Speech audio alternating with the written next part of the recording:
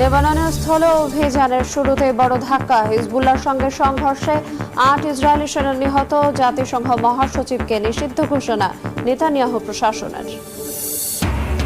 Hezbollah Israel যুদ্ধে বিপাকে প্রবাসী বাংলাদেশিরা, খোলা আকাশের নিচে অনেকে, বাংলাদেশি কমিউনিটির উদ্যোগে অস্থায়ী আশ্রয় কেন্দ্র তৈরি।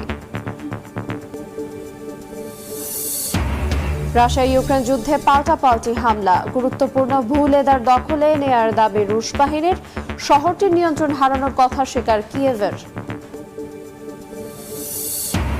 বাংলাদেশি পর্যটক কমে যাওয়ায় কলকাতায় পূজার কেনাকাটায় ধস, নিউ মার্কেট এলাকায় নেই ব্যস্ততা, ব্যবসার বড়সড় ধাক্কার সংখ্যায় ব্যবসায়ীরা।